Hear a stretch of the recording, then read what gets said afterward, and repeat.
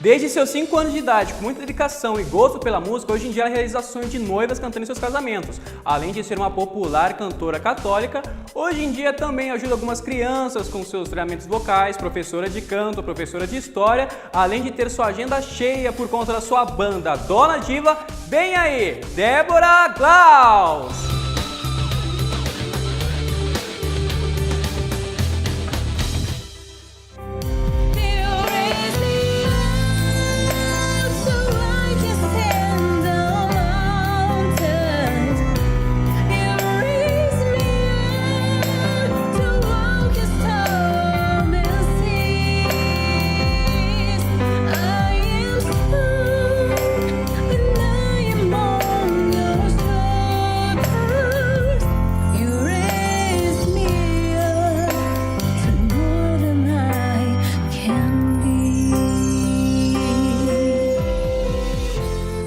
Muito bem. Começando agora mais um programa.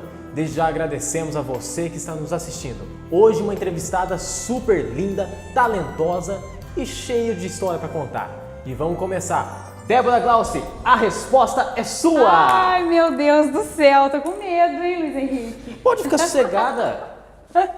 Débora Glaus, minha professora. Como que você quer que eu te chame? Professora, Sora, Débora, cantora, como é que você quer? Do jeito que você quiser. Então vai Sora, porque foi minha professora. Eu trato como cantor, então. Pode ser, Vitão, pode ser. Porque foi minha professora, tem que chamar de Sora. Porque professor Isso nunca mesmo. chama de professor, né? Só Sora. Sora. Sora, teremos muito que conversar hoje. Principalmente sobre sua vida pessoal e profissional também. Então, vamos começar? Vamos Pronta? lá. Prontíssima. Vamos então. Vamos começar pelo seu passado.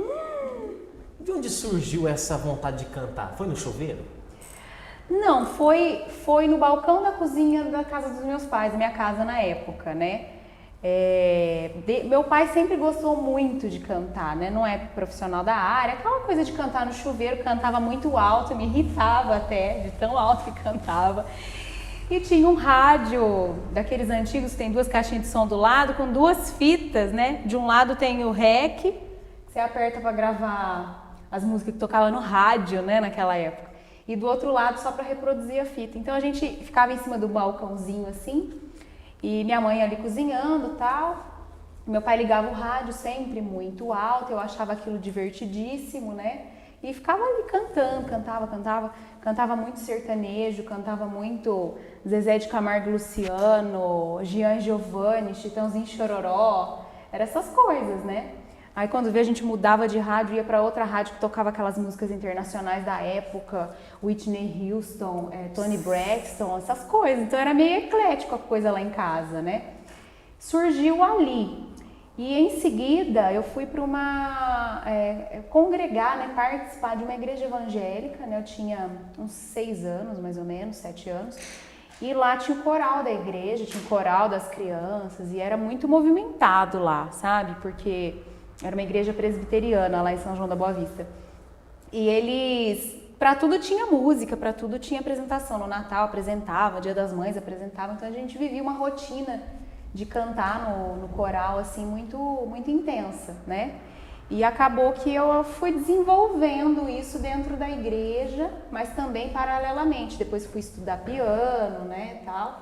E aí acabou que foi desenvolvendo tudo isso, mas desde os 7. Por influência do meu pai e em seguida por influência da igreja mesmo, que eu adorava cantar. Dá pra perceber, né? Até hoje gosto. E como que começou a passagem? Porque antes você começou a cantar na igreja, no coral. Como que você começou a pensar em ser profissional nisso? Foi muito natural, Vitão, né? Pode ser. Vitão. Foi muito natural na realidade, sabe? Porque na realidade, quando meu pai falou, vou te pôr na aula, tal, de um instrumento, tal, blá, blá. Quando ele falou do piano, eu achei que fosse assim uma coisa, que fosse o órgão, né? Tinha um órgão na igreja lá que é lindo, mas eu quando criança achava feio, né? Eu falava, eu não vou estudar isso, eu não quero tocar isso, né? Não é, tipo, eu quero cantar, né? Mas o meu pai meio que é responsável por isso, porque ele me forçou a estudar o instrumento, né? Ele meio que me forçou. Então, na realidade, eu fui para estudar teclas, tudo, piano, teclado, harmonia e tal, desde pequena. E aí dentro do coral da igreja exercia o canto, tudo isso foi fluindo de forma natural. Quando que eu pensei em ser profissional? Na realidade, quem pensou primeiro foi minha mãe, nessa, vamos profissionalizar. Porque assim, começou um tal de, ela canta bonitinho, vamos chamar ela para cantar no meu, eu quero que ela cante uma música no meu casamento. Criança cantando é sempre lindinho, né? Aí cantei uma música no casamento da moça. Aí passava, canta uma música no meu casamento. E ia. Toda hora eu tava cantando uma música no casamento de alguém. E aí as pessoas começaram a chamar para cantar no casamento inteiro. Eu tinha tipo 8, 9 anos, né? Uma criança. E eu lembro assim que quando eu tinha os 7 anos, que eu tava na primeira série, né? Antigamente falava, eu precisei aprender a ler muito rápido, porque eu não aguentava mais ter que decorar a letra de música, decorar tudo, decorar inteiro, para poder cantar 1, 2 músicas lá no casamento da pessoa. Então eu aprendi a ler bem rápido, para não precisar mais decorar as letras daquilo que eu ia cantar. E aí chegou uma hora que eu não tinha mais infância, né? O pessoal assim, ela vai cantar uma música, agora ela vai cantar no casamento inteiro. É uma responsabilidade muito grande, né, esse tipo de evento, porque você está lidando com o sonho da pessoa, né? E minha mãe sempre colocou muito isso na minha cabeça, de que era uma responsabilidade e tal. Então a minha mãe falou, eu acho que chamam ela para cantar porque é de graça. Se a gente começar a cobrar, e ela não fica com essa responsabilidade nas costas, tão pequena, uma criança com uma responsabilidade de um casamento nas costas, né? E de tantas músicas para estudar, tudo. Então minha mãe começou a cobrar na intenção de que parassem de me chamar para cantar, nesse sentido, para cantar só no culto, de uma forma bem tranquila. E aí ela pegou e começou a cobrar, e aí o problema foi que o pessoal começou a pagar por isso. Então, e aí ela gostou, né? Minha família é muito simples e tal, e às vezes aquele dinheiro salvava muitas contas ali do mês, né? Então, ela acabou que profissionalizou para mim, né? E num outro aspecto também, com o estudo do instrumento, é o que eu sempre falo para os alunos todos, você não pode ficar só, eu sou evangélico, tá? Mas você não pode ficar só ali, louvor, você tem que abrir a cabeça para estudar diversos tipos de nuances musicais, né? Diversos universos musicais. E eu tinha muita curiosidade de tocar outras coisas, sabe? Eu gostava muito na minha infância ali de tema de filme, de internacional, de Whitney, né? Sempre gostei. Então eu queria tocar essas coisas. Eu me lembro, não vou lembrar o ano nem quantos anos eu tinha, mas quando aquela novelinha que tá passando lá, que toca a música da menina que rapa a cabeça lá, tal, né? Que fica doente. A música da Lara Fabian, eu já estava mais mocinha já. Nossa, eu pirei naquela música. No dia que eu consegui a partitura dela, eu toquei 15 dias seguidos, né? Então eu fui buscando coisas além da igreja e de uma certa forma minha mãe acabou tornando isso um pouco mais profissional. Sim. Né? O piano, nessa trajetória, o piano ele ajudou você a alcançar tons, sim, essas coisas? Ajuda, saber? Sim, no piano você tem uma leitura de diversos posicionamentos de clave, né? Tem os pedais, então você trabalha assim a sua percepção musical em relação a agudo, grave, áreas, né? Acaba sendo muito mais desenvolvida do que só cantar ou de repente só tocar algum instrumento na parte básica, né? Eu não sou uma pianista assim, nossa, como ela toca. Não sou. Eu sou aquela bem presa na partitura mesmo, né? Não sou muito solta, né? Aquela pessoa que estudou na partitura, né? Mesmo. Mas para a parte vocal, isso aí foi um divisor de águas, né?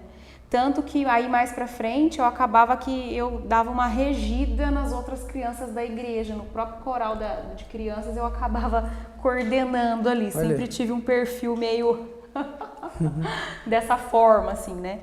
Então o piano ajuda, né? O instrumento ajuda. Eu sempre falo, é importante cantar, é importante, sim, claro, né? A parte vocal também é música, né, gente? É um dom, mas que tem que ser lapidado, que você tem que estudar. Mas o instrumento ele te abre uma percepção muito grande. Dentro do piano você tem um estudo muito grande de harmonia, né? Para montagem de vozes, para quem é backing, né? Como eu fiz backing para o Padre Reginaldo muitos anos e até hoje quando precisa a gente vai. Para o Frei Rinaldo Stecanella lá da TV, né? Da Século XXI. bandas mesmo de baile e tudo. Então, para você ter essa percepção, abertura de vozes, alcançar lá em cima, lá embaixo, fazer os melismas, o piano ajudou demais. É complicado até pensar, para quem não conhece, não ia saber, né, que ajuda. Ajuda Nossa, muito, cara. né? E ela falou dos pedais, cara. O único pedal que eu conheço é de bicicleta, olha lá ainda. Do carro, né? Tem 3 Também, né? Se não for automático. Eles não vão tomar, hoje digo que não é automático. É. Muito complicado essa parte. Não é só cantar, não é só abrir a boca e tchau. Complexo. Muito complexo essa parte. Não é complexo, para quem não canta é complexo, né? Mas para quem gosta de música, tudo, exige um estudo, né? Para você desenvolver essas habilidades. Eu falo que o dom da música, ela tem lá o seu dom, né? A sua característica de dom. Eu concordo com isso, quando as pessoas falam, é dom. É dom, sim, é dom. Mas, como tudo na vida, precisa ser estudado, né? Eu acho que o brasileiro, ele tem uma facilidade muito grande pela carga cultural, musical que a gente tem, né? A gente tem uma bagagem musical grande. É que o que toca no rádio é aquilo que é muito popular, é aquilo funk, sertanejo, não sei o quê, mas o brasileiro, ele tem uma bagagem cultural dentro da música, sim, né? O problema é que no Brasil a música não é valorizada como profissão, muitas vezes, né? Eu tenho um amigo que toca violino, que toca demais, né? Que fez 8 anos de conservatório em Tatuí. E ele foi numa loja comprar um aparelho, acho que era uma TV, não sei, e foi com a esposa. E aí ele sentou, foi fazer a ficha e falou assim, qual a sua profissão? Sou músico. Aí ele levantou e foi ver alguma coisa e falou pra ela, termina aqui pra mim. Aí a moça que estava fazendo a ficha dele falou assim, mas ele não trabalha? Entendeu? Nossa, mas ele não trabalha. gente. Mas qual que é a profissão dele? Ele não trabalha? Ele não tem um serviço? Perguntou desse jeito pra esposa. A esposa foi assim, firme, que ela é das minhas, né? A patada rola solta. Ela falou assim, ele trabalha com música, ele toca. Inclusive, ele ganha 3 vezes mais que você atrás do balcão. Nossa. Aí a moça deu uma assustada, ela conta, né? Ela até em cena. A moça deu uma assustada, coitada, não precisava de tanto, porque acho que não foi com malícia, né? Mas ela recebeu essa resposta aí. Porque no Brasil, música não é profissão. Se você tá numa cidade pequena, os eventos são os bares, né, para se tocar. Eventos ainda tem bastante, mas bares, para quem faz barzinho, tem pouco, né? Então, normalmente o pessoal associa um trabalho B com a música, que seria mais um trabalho, né? Enfim. Sim, um país muito cultural, devia, né? Demais. Miscigenado, né? A gente tem a mistura, a parte rítmica que a gente trouxe ao longo da história, depois de 1530, com a chegada dos escravos, né, dos negros africanos trazidos para os engenhos de açúcar. A gente tem uma influência percussiva muito grande, né? As batucadas, as rodas de capoeira, né? Tudo isso influenciou muito, né? Tanto que na Bahia a gente tem esse exacerbado até essa questão rítmica da percussão ali, né? Ao mesmo tempo, a gente tem cantigas, questões culturais desde os indígenas, né, que a gente traz, e a própria questão da música erudita, que é trazida com os europeus também, com os jesuítas, né, com os padres jesuítas no período colonial. Então, a gente tem várias influências musicais, né, que torna a música brasileira muito mais rica. Né? Entrando nesse gancho histórico, Sora é professora, então é professora de história também. Eu sou professora de História, eu tenho formação em História, né, a licenciatura plena em História, e fiz todas as extensões relacionadas à área de Humanas, que seria Sociologia, Filosofia, Geografia e Ensino Religioso. Eu tenho todas as extensões junto com a graduação de História, né? Tenho a pedagogia também, que eu acho que para quem exerce a função de docência, independente se pega ali depois do 6º ano, até os cavalão, né? Eu acho que a pedagogia é muito importante você entender o funcionamento, né? Como que a gente aprende essas questões cognitivas, muitas coisas que as crianças trazem lá de baixo, né? Estrutural, né? Alguns problemas, e não é culpa de professor, né? Mas sim de um sistema ali. E depois que eu terminei a pedagogia, aí eu fui fazer música, sou formada em música pela Universidade de Santos, né? Parte vocal. eram vários anos de faculdade, mas como eu já era licenciada dentro da educação, caía aí 1, 2 anos. E aí eu fiz uma prova de proficiência, que eles falam, né? Para testar conhecimento, para ver o que eu podia eliminar de matéria dentro da faculdade. E acho que eram 4 ou 5 anos esse curso. E caiu para 1 ano. Eu fiz a faculdade de música em 1 ano, depois que eu prestei a prova de proficiência, harmonia, solfejo, leitura de partitura, tudo. Eu passei em todos os testes e fiz tudo em 1 ano, né? A faculdade de música em 1 ano. Mas hoje em dia também, além de professora em música, né? Musicista. Perdão. Além de musicista e eu sou sua professora para sempre, filho. Deu pra ver. Também você faz muito evento, tanto em casamento como também festival, final de ano, né? Tá sempre aí. Eu quero saber, que você fala o seu sentimento. Como é que foi sua primeira apresentação, tipo assim, numa praça ao ar livre, assim? Nossa, eu falo assim, ó, hoje em dia eu não fico mais nervosa, porém eu sou uma pessoa ansiosa, então, e eu sou extremamente perfeccionista em tudo, ao ponto de deixar a minha equipe doente dos nervos, entendeu? Luciano que o diga, né, Lu? Beijo, Lu. A Iga, que me ajuda muito também na parte de estrutura, os meninos da banda de forma geral, né? E os de cerimônia, então, nem se fala, porque cerimônia tem que ser impecável, né? Então, assim, até hoje eu fico ansiosa para que tudo saia muito certinho, porém tudo muito organizado. Mas, antigamente, eu ficava nervosa, né? Lógico, quando era criança, aquele frio na barriga. Mas, ao mesmo tempo, a minha mãe fala que eu sempre fui muito firme, né? Eu não sei explicar de onde vem isso. Talvez do estudo, né? Acho que quando você aprende algo de forma profunda, você acaba tendo consciência do que você é capaz de fazer, dominando, né? Você sabe que você domina algumas técnicas, então isso te torna segura. Apesar de ficar nervosa quando era criança, tudo. Então, assim, eram eventos, assim, os primeiros em um público maior eram dentro da igreja, né? Basicamente. Então eu me lembro de um Natal em que eu fui fazer um solo lá, tal, e eu fiquei bastante nervosa, né? Bastante nervosa assim, eu tremia, mas sabia o que tinha que fazer e fui lá e executei, porém aquelas borboletas na barriga, né? Não tem jeito. Depois, quando eu entrei no mundo dos eventos mais seculares, não tão ligados à igreja, eu já estava muito descolada já, assim, já estava meio cara de pau, como diz o Gustavo, fala isso, né? Você é muito cara de pau, né?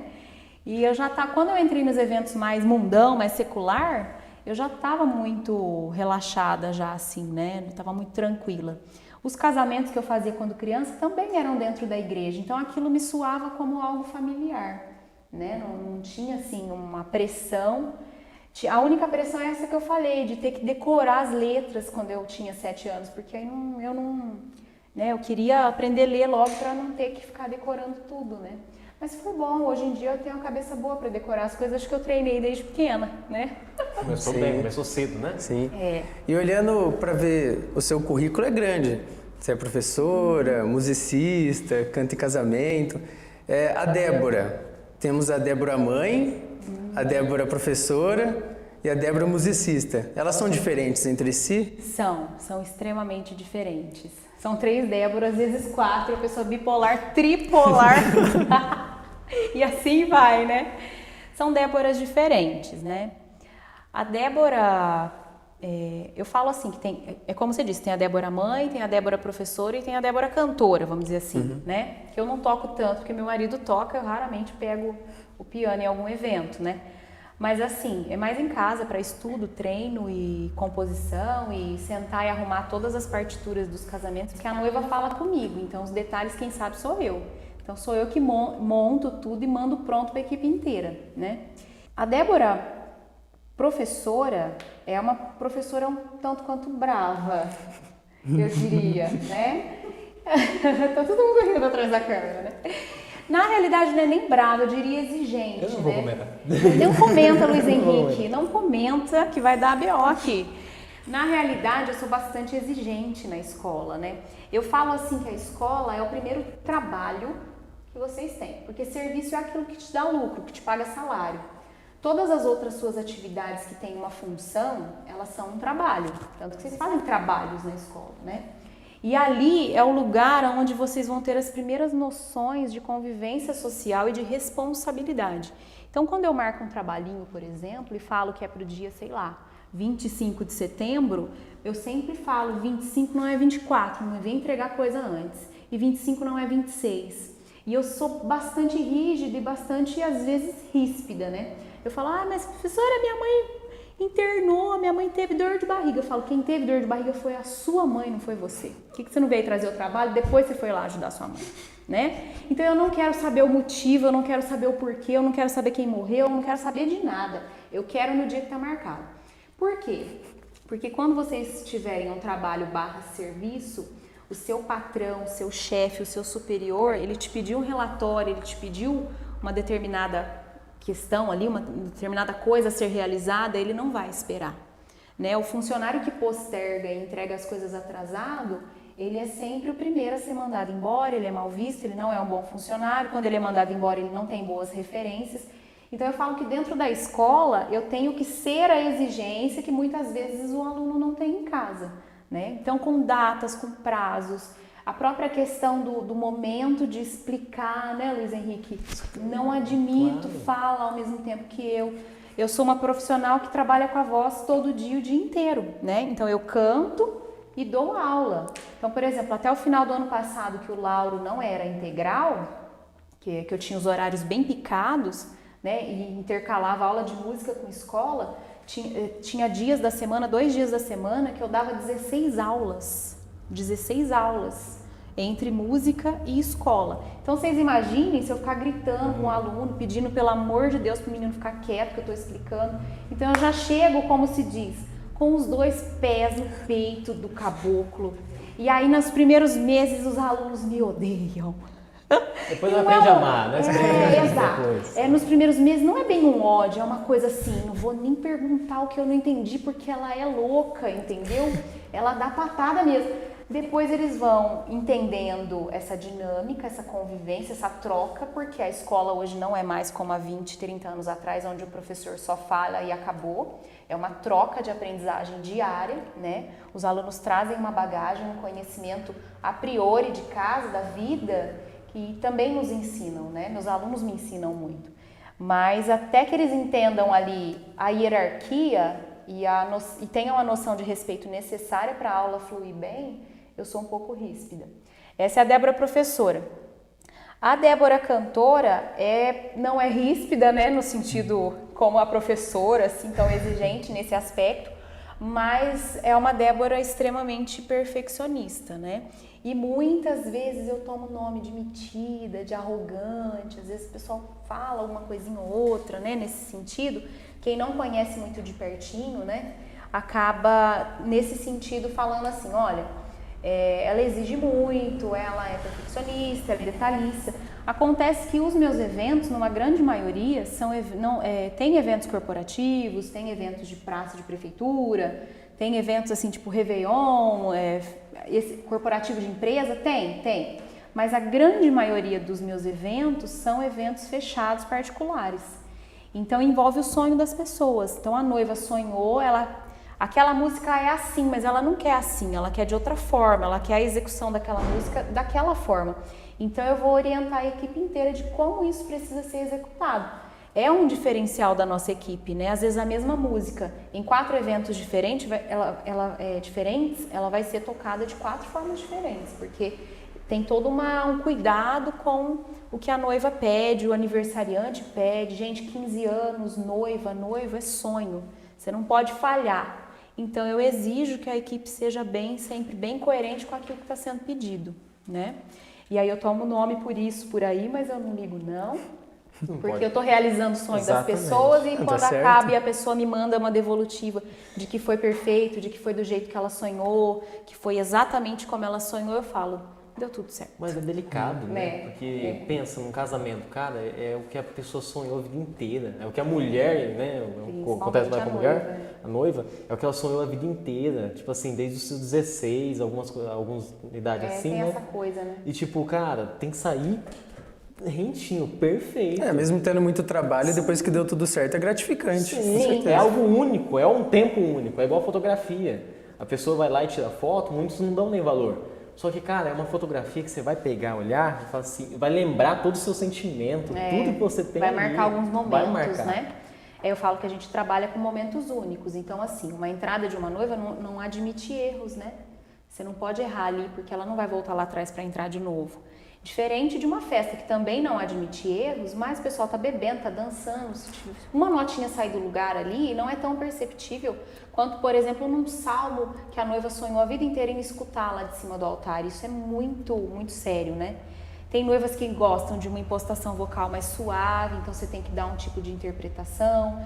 Tem noiva que chega e me pede o Whitney, que é tudo muito agudo, muito alto, muito, entre aspas, gritado, né? Uma coisa mais hard vocal, então você tem que dar um outro tipo de interpretação, né? Então não pode ser todo casamento aquela aguinha morna, não pode ser todo casamento muito berrado, você tem que sentir muito que o contratante, a noiva no caso, quer de você. E a Débora mãe é a Débora mais sensível, eu diria, de todas. Porque quando fala, né, Lu, dos filhos da gente, quando envolve os nossos filhos, a coisa muda completamente de figura, né? Tanto que as aulas de música, as aulas de canto, de teclado, ano passado a gente estava com um espaço ali na avenida, tava lindo, né? O espaço estava perfeito para a parte de musicalização infantil, que é a minha especialização, né? Eu terminei a faculdade de música e já entrei na especialização dentro da musicalização infantil, né? Que exige alguns treinamentos e algumas leituras de alguns profissionais aí europeus e japoneses, né? Para ensinar essa parte para musicar uma criança, né? E, enfim, a gente estava com toda essa questão e agora no começo do ano eu vi que a pandemia estava chegando, nós professores temos a informação às vezes antes do que as outras pessoas, por conta do sistema que a gente trabalha. Eu vi que a pandemia estava chegando, mas eu também vi que a minha filha passou 2019 sem mãe praticamente, né? Eu estava ali, claro, tinha os momentos do dia, mas tudo muito corrido. Então assim, almoça correndo, fica 1 hora, 1 hora e meia, e ela tem 6 aninhos, né? Ela fez 6 anos em março. Tem algumas questões da aprendizagem dela que precisam ser acompanhadas de perto, né? E aí eu disse assim, até eu e o Gustavo a gente conversa muito, né? Então eu falei, Gustavo, então eu sou mãe, eu sou professora de música, eu sou cantora, eu tenho que lidar com uma agenda grande, né? Literalmente grande para uma cidade pequena como a nossa, como uma região assim. E em que momento eu vou encaixar minha filha? Aí eu falei, peraí, tá tudo errado. Eu não tenho que encaixar minha filha. A minha filha é prioridade, eu tenho que encaixar o resto, né? Então eu já tinha horários de aula de música bastante reduzidos, né? E por conta da escola, aí no começo do ano eu resolvi fechar o espaço, ficar esse primeiro semestre com ela para alavancar algumas coisas relacionadas à aprendizagem dela. E aí veio a pandemia, né? Então esse ano eu estou segurando um pouco ainda, não voltei com as aulas, para poder acompanhar esse desenvolvimento dela, porque agora é tudo online, né? As aulas tudo online, então eu tenho que ficar junto ali. Mesmo assim, às vezes ela nem quer aula online, ela quer que eu sento e eu explico e faço atividades com ela. E primeiro ano, né? Alfabetização. Então, dentro das necessidades que ela tem nessa questão da aprendizagem, é muito esperta, dá nó em pingo d'água, me deixa descabelada, mas exige um cuidado um pouco maior ali do que o comum, né? Então, a Débora mãe é aquela Débora que vai abrir mão de qualquer coisa por conta da Cecília, seja ela o que for. Sim. Essa é a Débora mãe. É bonito ver isso, né?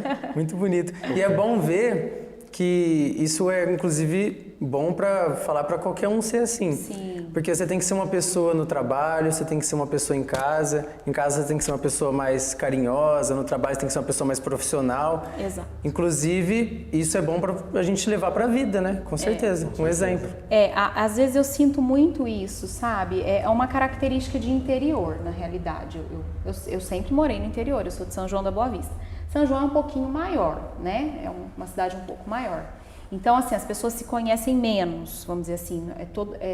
As pessoas te conhecem, mas não têm tanto acesso a você.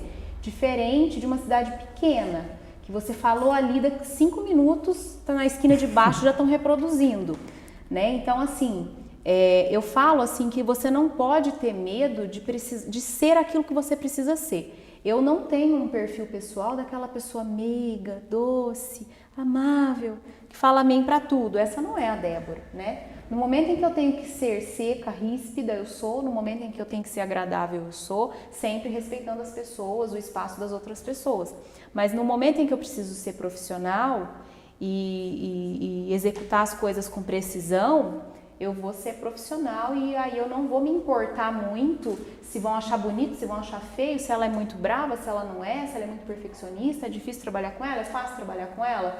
Eu tenho que ser profissional no momento em que eu preciso ser profissional, né? A própria questão de aula de canto, eu sou curta e grossa, né? Tem aluno que entra que acha que em 6 meses vai sair cantando. Não vai, querido, né? Você não vai ouvir isso de mim você não vai ouvir isso, né? Então, assim, no momento em que você tem que ser profissional, você tem que ser profissional.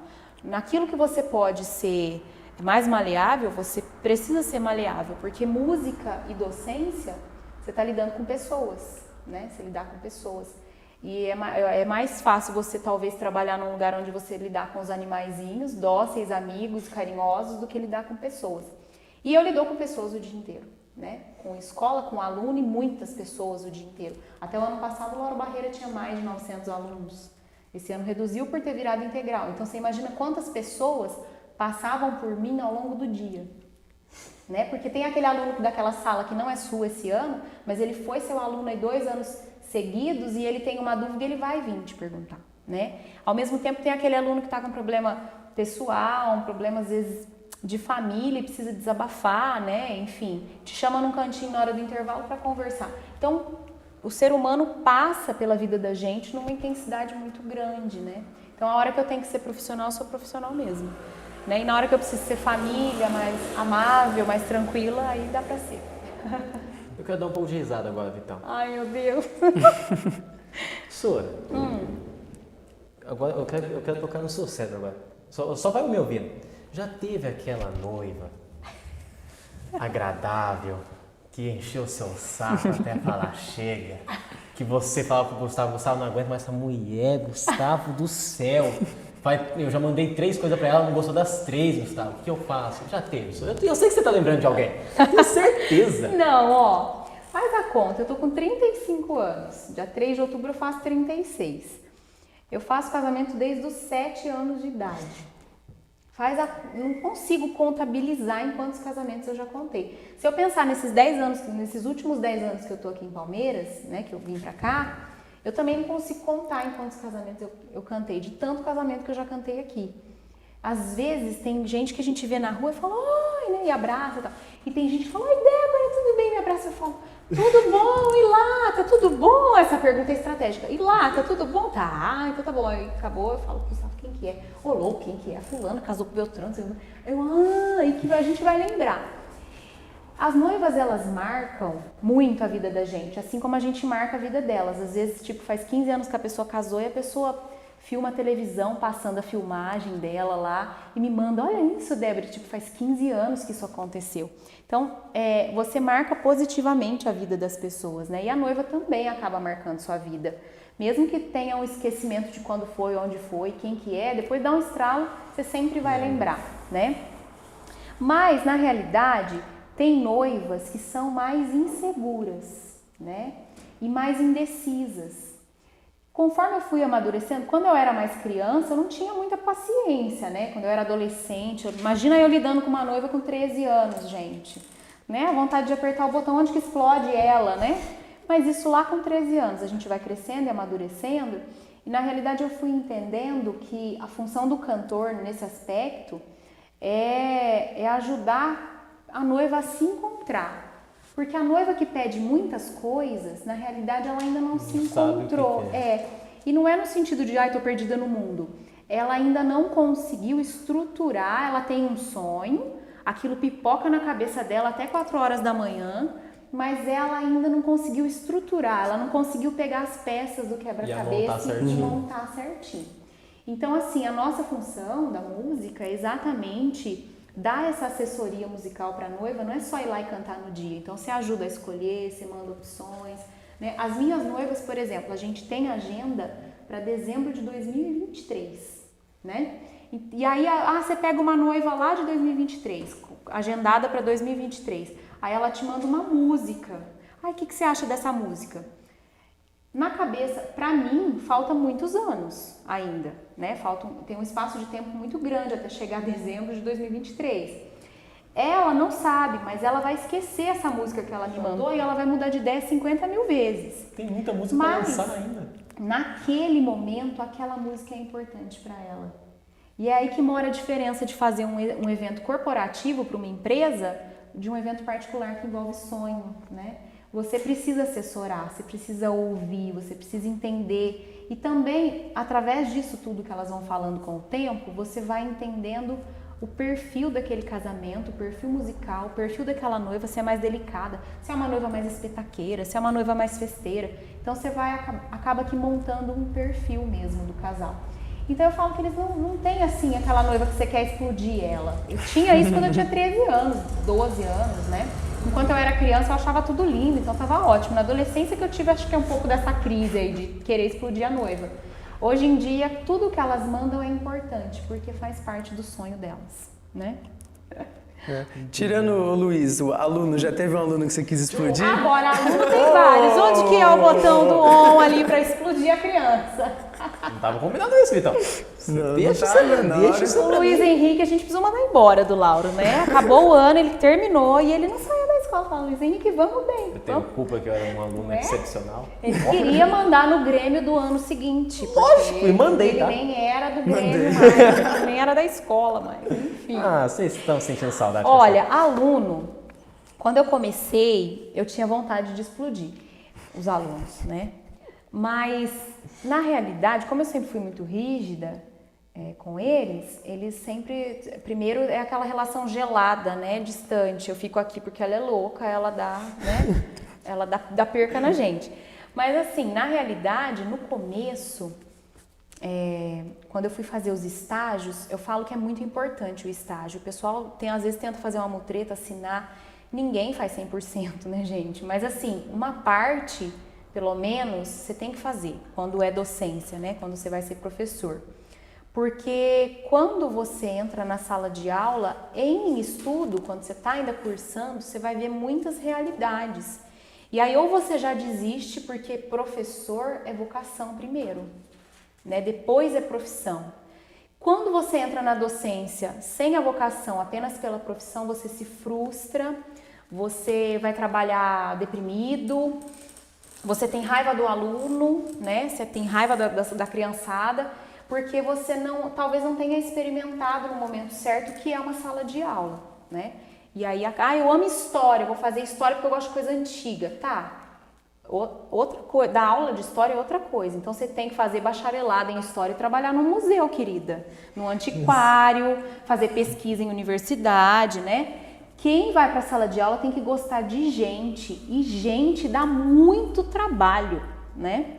E pior, professor pega gente sem uma formação identitária mínima, sabe aquela identidade, quem eu sou no mundo, aonde eu vou caber, o que eu vou fazer aqui, né? A que grupo eu pertenço. Você, quando é professor, você está trabalhando com o ser humano em formação, a gente se forma a vida inteira. Mas quando você pega crianças e adolescentes, é uma fase de formação da identidade daquela pessoa. Você tem responsabilidades sobre aquela pessoa, né? Em formação, numa formação mais profunda. Então, assim, quando eu comecei, que eu fui fazer os estágios todos, eu fiz estágio com 2 professores, eu não vou citar nomes. Um inclusive eu acho que ele já faleceu, ele já tinha uma certa idade na época, e ele era assim... extremamente sem didática, sem paciência, não dominava a classe, ele gritava muito, né? E aí você fala, você não grita, Débora? Não me lembro de ter gritado na sala de aula, mas a gente como professor tem hora que a gente perde um pouco da paciência, né? Não tem como, né? Mas aí eu fui fazer estágio com o professor B, e ele era exatamente como eu sou hoje. Ele era bastante rígido, bastante exigente com os alunos, e inclusive eles tinham que levantar a mão e pedir licença para ver se podia ir ao lixo, né? E até hoje, o Lauro não tem mais 6º, 7º ano, a gente está 9º ano e provável que a gente seja integral de ensino médio, né, nos próximos anos. Mas quando eu tinha 6º ano, 7º ano, eu ensinava eles que eles não podiam levantar na minha aula. E não é uma questão de ser ditadora, é uma questão de educação. A professora está falando, você não sai andando. Uma pessoa está falando, você não sai andando. E às vezes na casa deles é assim. Então no começo talvez eu tenha tido uma paciência um pouco mais curta. Um exemplo de um fato. Quando eu engravidei da Cecília, aí foi o boato todo, né? Saiu na escola e um menininho, não vou falar nome porque ele hoje é um adolescente muito conhecido na cidade, não é você. Não é ele, é sério. E aí ele levantou a mão, que aí já tinham aprendido, e falou: professora, eu posso ir na sua mesa? Eu falei: não. Professora, eu posso ir até a sua mesa? Ah, tá bom, corrigia. Aí ele vinha. Tá. Posso fazer uma pergunta? Eu falei: pode. É verdade que a senhora tá grávida?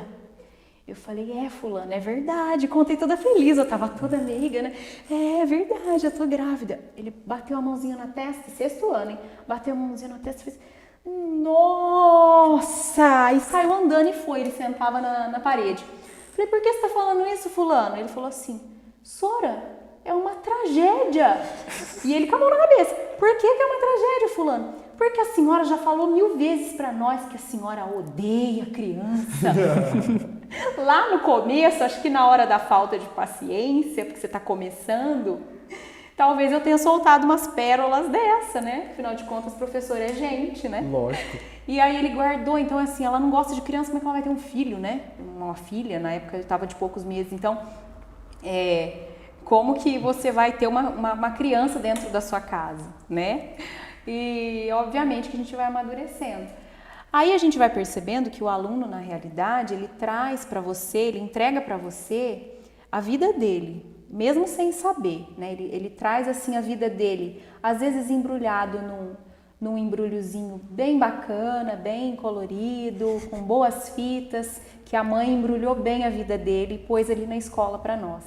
Alguns vêm embrulhado no jornal, né?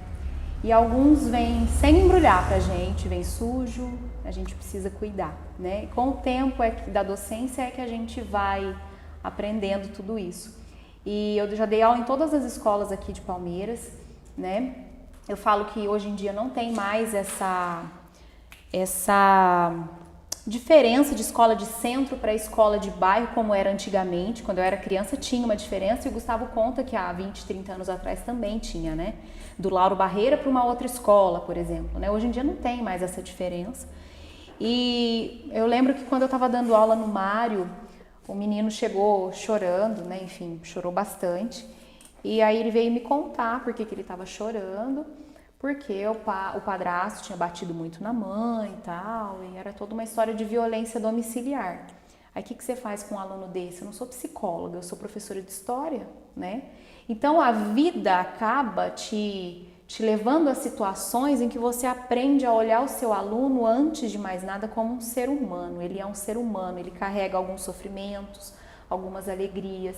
Dentro das escolas estaduais, a gente tem os alunos que carregam deficiências de várias coisas, desde deficiências materiais, ausências de coisas básicas, né, materiais para a vida, como a ausência de coisas básicas relacionadas ao emocional, até o espiritual, eu diria, né?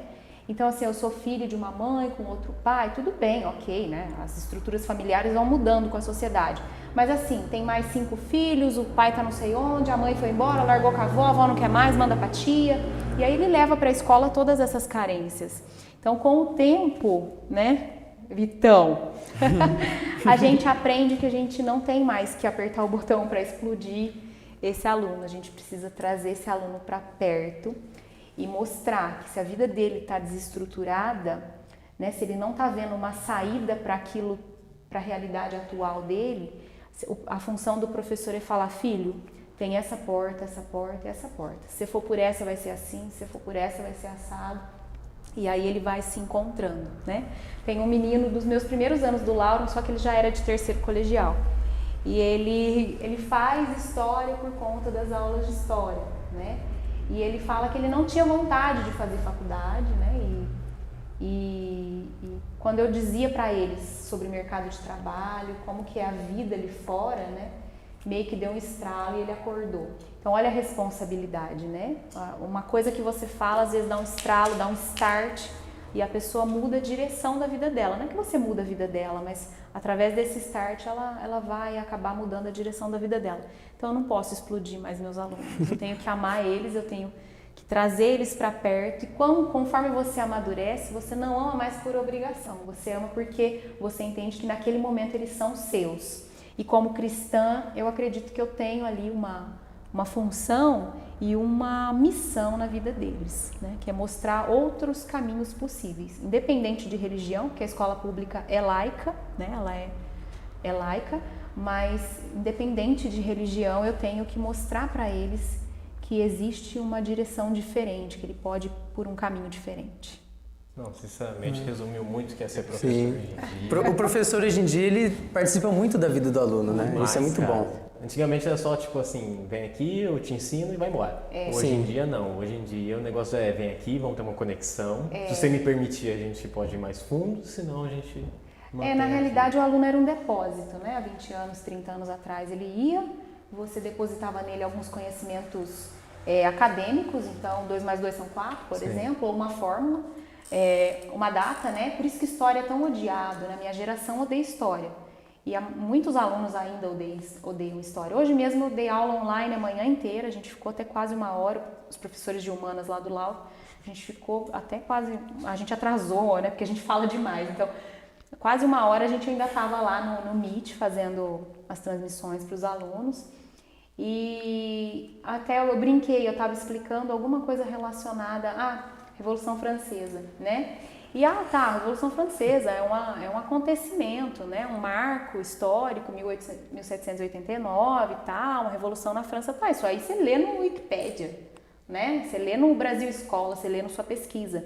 O que eu preciso fazer eles entenderem nesse contexto, por exemplo, é que na realidade o ser humano, a sociedade, ela é capaz de mudar a realidade daquele momento. A história é o estudo do passado, você estuda o passado para entender o presente, para modificar o futuro, porque senão as coisas não mudam. Se eu não entendo lá atrás, se eu não estudo o que aconteceu lá atrás, eu não consigo entender o presente e aí eu não modifico o meu futuro. Então eu falo para eles, assistir o jornal e não entender o que está sendo dito, e aí vocês mudam e põem nas Chiquititas, vocês preferem assistir Chiquititas do que assistir um jornal. Mas por que isso? Porque vocês são burros? Porque vocês não conseguem? Não, porque vocês não entendem o que está acontecendo, tanto no Brasil quanto em nível mundial. Então, se eu não estou entendendo, isso não atrai a minha atenção, eu mudo de canal, né? Então, aí eu vou explicar a Revolução Francesa. Eu tenho que mostrar o poder que foi, né? A força que teve aquela sociedade diante das imposições políticas da época. E eles mudaram uma estrutura política e social lá em 1789. Quem dirá hoje, com tanta informação, a gente não é capaz de mudar, né? E o governo muitas vezes não quer, né, que a gente tenha conhecimento. Por isso no Brasil, eu acredito que no Brasil o investimento em educação é baixíssimo, né? Nós somos no ranking aí um dos últimos. Eles medem a qualidade da educação por provinhas que são complicadas até de falar, eu enquanto professora, porque eu faço parte do sistema, mas na realidade a gente precisa formar o aluno para que ele seja capaz de ser protagonista de mudanças sociais, né, de reformas sociais. E aí é nesse sentido que a gente ensina hoje, né? A gente ensina, mas a gente também aprende, a gente não deposita o conhecimento pronto, a gente ensina o aluno como usar a enxada, agora vai carpir, no sentido, né? Eu dou o instrumento para ele buscar, né? Não é mais o depósito que era naquela educação mais tradicional, né? Mais tradicionalista, que a gente diria de 20 a 30 anos atrás. Sora, uma última coisa para a gente encerrar, algo muito importante, que tem a ver com a Revolução Francesa. Dá uma dica para eles, joga o jogo Assassin's Creed, você aprende uma beleza. Tem. Então sabe o que eu tô falando. Meus alunos adoram games. É bom, aprende. Games e animes. Nossa, anime, não vou começar não. Hoje em Então, dia, então se controla. O Você Luiz gosta aí de também anime? se controla. Cara, eu curtia Cavaleiros do Zodíaco. Nossa, vai começar. Eu falei pra não começar. Nossa, eu adorava Cavaleiros do Zodíaco, eu não perdi. Falei pra não começar. A gente tem hora que já fez o que é pra fazer, dá uma relaxada, falta 10 minutinhos pro sinal, aí eles me trazem um anime, não é me trazem o pecado. celular. Eu falo, gente, deixa eu descansar só um pouquinho, né? Não, tudo em volta. E mostra Anime é pra anime. qualquer idade. A outra tá com problema de sexualidade. Deixa eu te contar um negócio. Ai, o que foi, fulano? Você não sabe o que aconteceu, professora? Né? Como é que você fala, né? Então entra muitos assuntos, a vida dentro da escola. Por isso que eu tô tão assim loucona com essa pandemia, sabe? Os eventos me fazem falta, cantar, né? Pra Claro. caramba. Até sábado a gente fez um evento fechado, né? Mas A gente viu, né? Dançou pra caramba, né? E, enfim, mas o que mais me faz falta, os eventos fazem, lidar com as noivas mais pessoalmente ali também faz muita falta, com a banda, com a equipe, né? A equipe é muito grande, mas o que eu sinto falta mesmo de doer é a escola. Eu sinto muita falta Aquela da escola. conexão pessoal, né? Nossa, Olho no olho. demais, assim, é um negócio inexplicável, assim. Aquelas pestes me deixa louca, mas é um amor, assim, que Bem, você aproveitando. conquista depois que você amadurece, aí você... Então vou dar uma deixa pra você, aproveitando, olha pra minhas câmeras, manda um beijo pros seus alunos. Quero mandar um beijo para todos os meus alunos da Escola Lauro Barreira. Tô morrendo de saudade de vocês, tô preocupada com vocês, né? Como que vocês estão, com essa distância toda, né? E quero mandar um abraço também, um beijo para toda a equipe gestora da minha escola, o Ricardo Manuel, que é o nosso diretor, que é Um beijo pra aquele é gato. um anjo que ele colocou na nossa vida, né? A gente passou poucas e boas aí nos últimos anos e Deus falou, chega de sofrer, vou dar alguém especial para vocês, que foi o Ricardo Manuel, né? Um beijo para ele, para a Lu, para as crianças, né? Família que a gente ama muito. Um beijo pro Ricardo Ferracini, que é o nosso vice. O baixinho.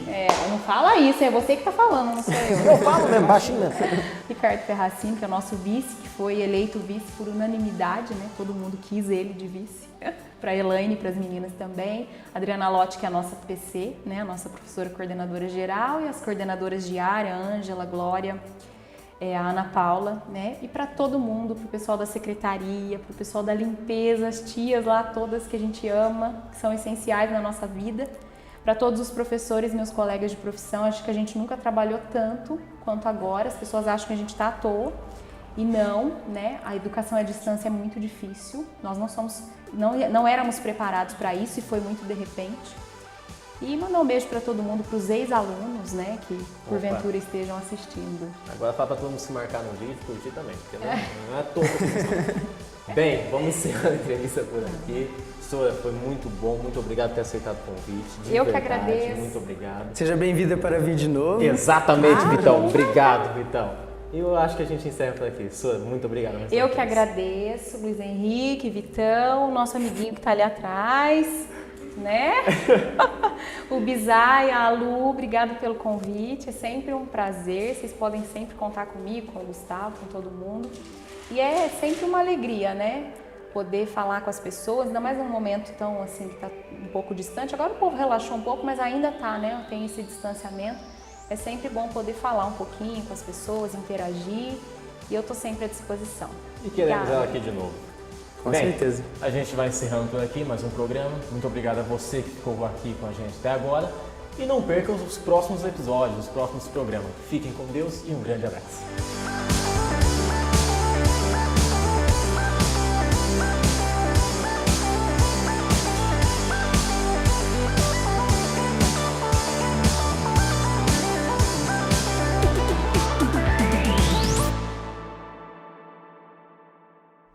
Ô Vitão, a entrevista de hoje foi bem bacana, cara. Ah, foi bem legal, viu? Mas, mano, vou te falar, tô morrendo de fome. Mano, isso aqui não vai dar. Não vai dar, Não vai dar pra nós, cara. Meu Deus. Aqui, ó.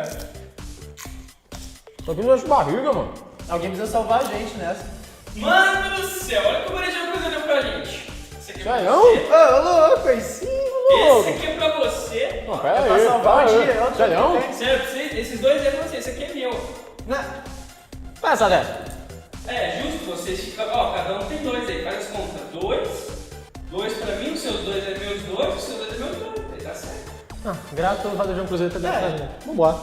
Varejão Cruzeiro. Preço baixo o ano inteiro.